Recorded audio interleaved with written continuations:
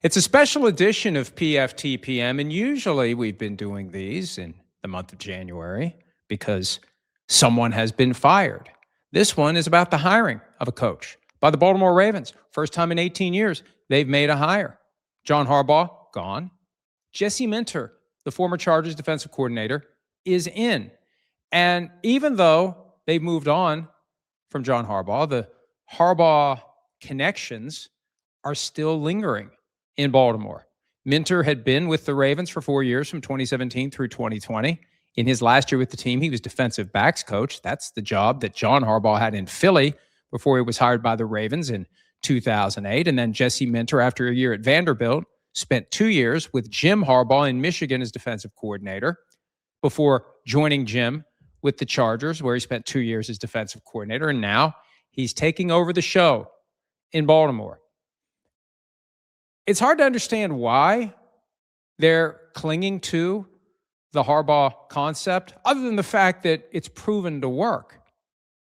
And it's kind of an acknowledgement by the Ravens that, generally speaking, they like the approach, they like the mindset, they like the outcome.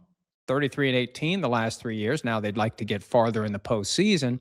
But after 18 years with the same coach, as Steve Bisciotti, the owner of the team, said last week, it was time.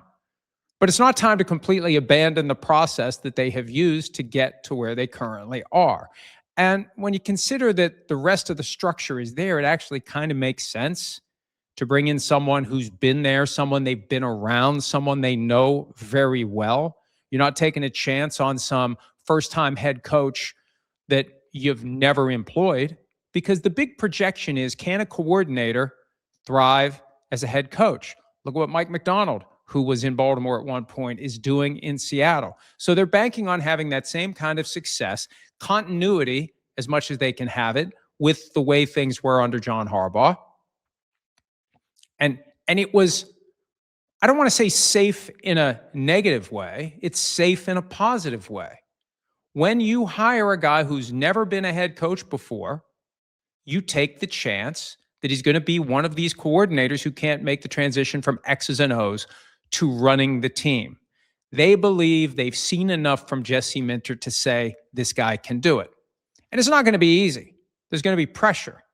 And there's a threshold question that now needs to be resolved, one that plenty of Ravens fans would prefer not be excessively focused on. But here's what I want to know, and I don't think we have any effective way of getting the answer to it. Maybe it will come up during the introductory press conference. I want to know what Lamar Jackson thinks about this move. Because I've been saying in recent days, depending upon which way this breaks, is it an experienced head coach with offensive experience and expertise? Is it a first-time head coach from the defensive side of the ball? Will Lamar Jackson view those two outcomes differently? Would he have preferred an offensive specialist running the team, someone who has been a head coach before? Now, he at least will be familiar with Minter because Minter was there for 3 seasons while Lamar was, so maybe that's a good thing. But we know that Steve Bisciotti had planned to involve Lamar Jackson in this process of screening candidates. Bisciotti said, I have the power, I make the decision, but he made it clear he wants Lamar Jackson to be involved. How involved was he? We don't know that. One of the reasons we don't know it is Lamar Jackson doesn't talk to anyone, and he doesn't have an agent who talks to people throughout the league and throughout the media. So that's my first question. I don't know that we're going to get a direct answer. I want to know, how involved was Lamar, and what does he think about this process? Was he consulted? I know they said they planned to, but did they? It's a fair question. I'm not trying to start something. I'm just trying to interpret what's already out there. And I think back to 2020. Before the lawsuits, before the trade, the relationship between Deshaun Watson and the Texans was fractured by their refusal, allegedly, reportedly, whatever, to listen to him as to the hiring of both a head coach and a general manager. What does Lamar think? How involved was he? How's he going to react?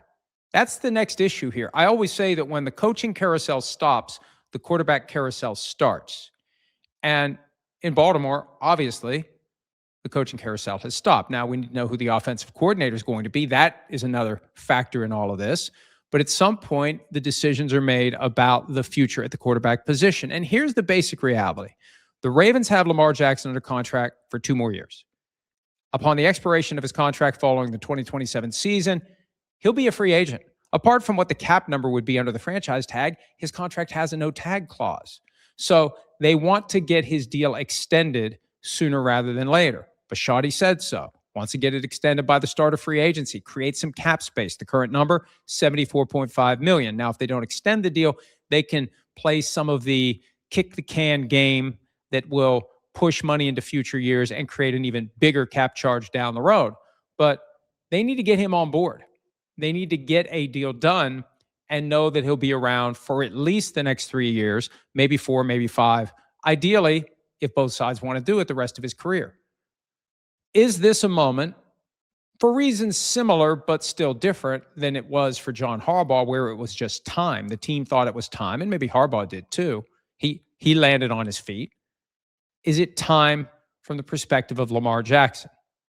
Is he ready to move on? Does he view this as an occasion to move on, an opportunity to move on? These are all fair questions based on the circumstances, and it really came to a boil with the report from Mike Preston of the Baltimore Sun. I know it was more of a column, but it had some reporting in it that would speak to the existence of a disconnect. Is there a disconnect or isn't there? Is Lamar on board or isn't he? And if he's not happy with this final decision as to the construction of the coaching staff, will he just say, you know what? I'm good. I'll take my $104 million over the next 2 years, and I'll become a free agent in 2028. And I'll go wherever I want to go.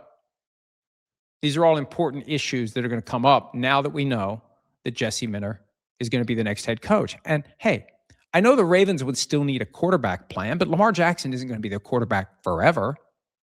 The bigger issue is having the coaching staff in place and the front office in place that can pivot to someone else. That's what they supposedly were in the process of doing back in 2023 when they made Lamar a final offer, and they made it clear to him, we need to know what's going on before the draft, with the message being, maybe we'll draft our next quarterback. So remember, every football team is a collection of parts, and every part is going to get pulled out of the machine at some point and replaced with another. And it's horribly dehumanizing for the players, but that's the way the teams think about it.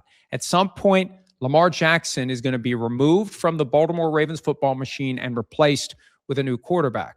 And he's in a position, even though he had no power over who the head coach will be, he's in a position to exert significant power and stress for Jesse Minter, Eric DeCosta, the GM, Steve Bisciotti, the owner, moving forward. If he just says, I'll put in my next 2 years, I'm going to do the bare minimum, which he's done the past couple of years. I mean, he hasn't been there for the offseason program. He's given up a total of $1.5 million in workout bonuses by not being there.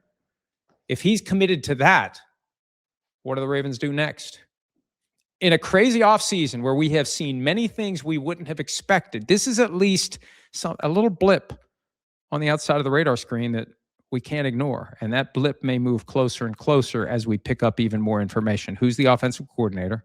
What is said and not said at the introductory press conference, and where does it go from here as we get closer and closer to the start of the new league year on March 11th? So, Ravens, you got your coach. There are still questions that need to be resolved. We'll see what the answers are in the coming days and weeks.